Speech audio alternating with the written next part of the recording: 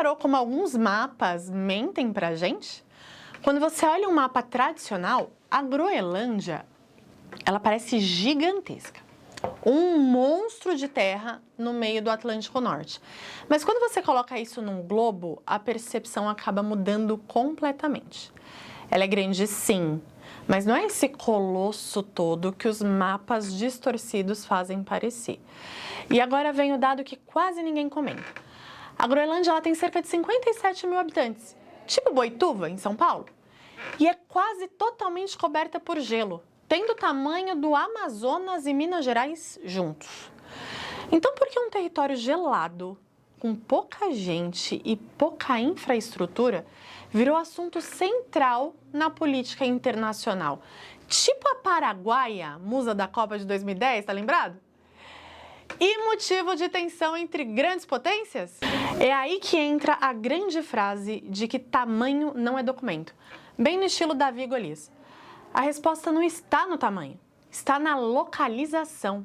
E isso muda tudo. Muito prazer, se você ainda não me conhece, eu sou a Dani Rolim, estrategista patrimonial há mais de 14 anos e planejadora financeira certificada CFP. E hoje eu quero te explicar, de forma simples e objetiva, por que a Groenlândia virou peça-chave no tabuleiro global e o que isso revela sobre o mundo que a gente está entrando e sobre o que pode acontecer com o seu dinheiro se você não se proteger. Já deixa o like, se inscreve no canal e fica comigo até o final, porque esse vídeo vai além da geopolítica. É sobre proteção. A Groenlândia ela fica exatamente no meio do caminho entre Estados Unidos e Rússia. No tabuleiro geopolítico, isso é ouro. É tipo morar entre dois vizinhos briguentos, só que em vez de som alto, eles têm submarino. Qualquer rota aérea estratégica, rota balística ou sistema de monitoramento militar entre grandes potências passam por ali. Ela é hoje o ponto mais estratégico do Ártico para defesa, vigilância e controle militar. E tem mais, tá? Com o derretimento do gelo no Ártico, novas rotas marítimas estão se abrindo.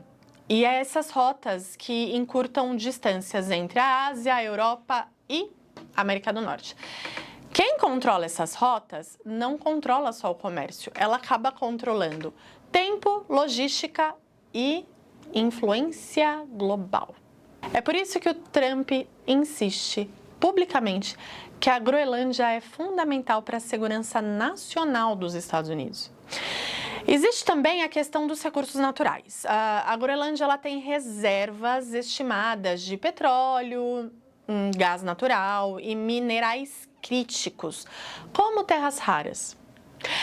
Esses minerais eles são essenciais para a tecnologia, defesa e a transição energética. Mas aqui é importante ser honesta, tá? Muitos especialistas, eles afirmam que essas reservas podem estar superestimadas. E além disso, elas são difíceis e caras também de se explorar. Ou seja, os recursos existem, mas não são o principal motor da disputa. O motor é segurança.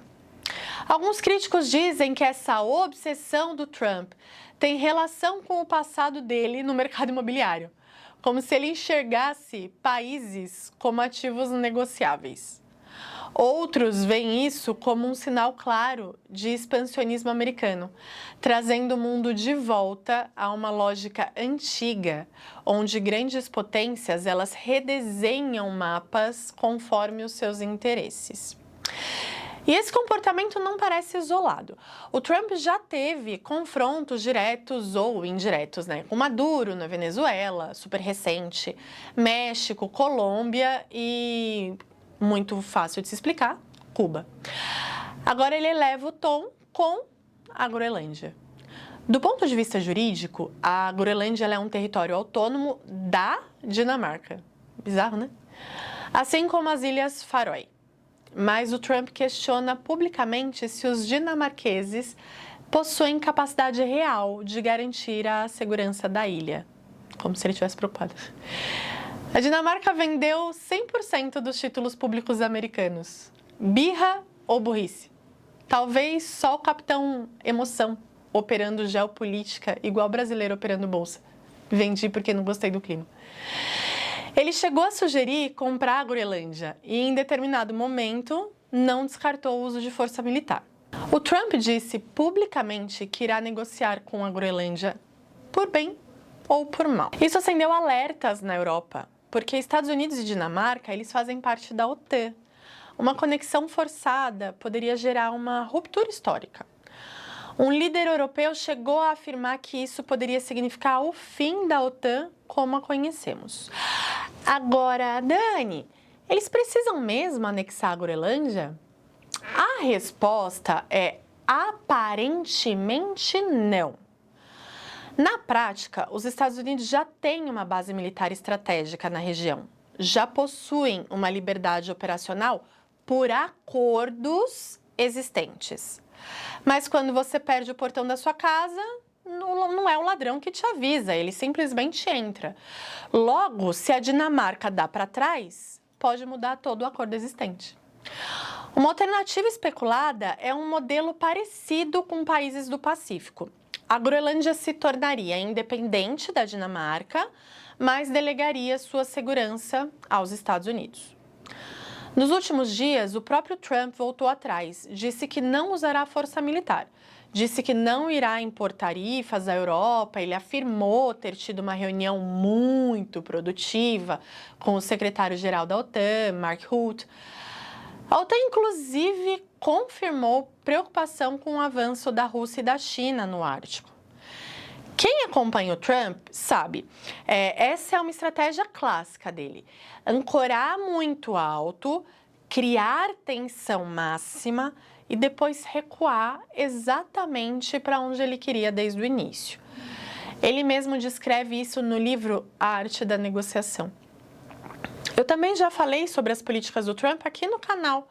O vídeo vai estar na descrição, depois vai lá dar uma olhada.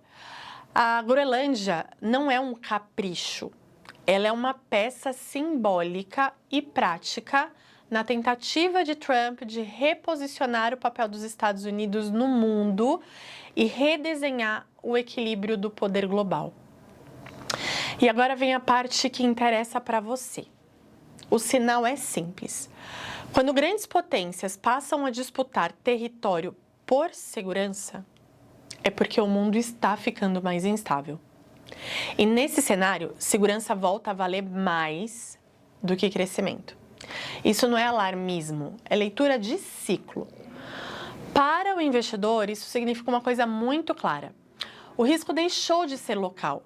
Quando os governos pensam em proteger fronteiras, rotas e recursos estratégicos, o investidor precisa, para ontem, proteger o seu patrimônio. Com um planejamento patrimonial bem estruturado, você não depende de um único país, uma única moeda ou um único cenário para dar certo. O mundo está ficando mais instável e mais emocional. E o seu patrimônio não pode ser comandado pelo capitão emoção. É por isso que eu conduzo diversificação com método, para você ter proteção mesmo quando o jogo muda.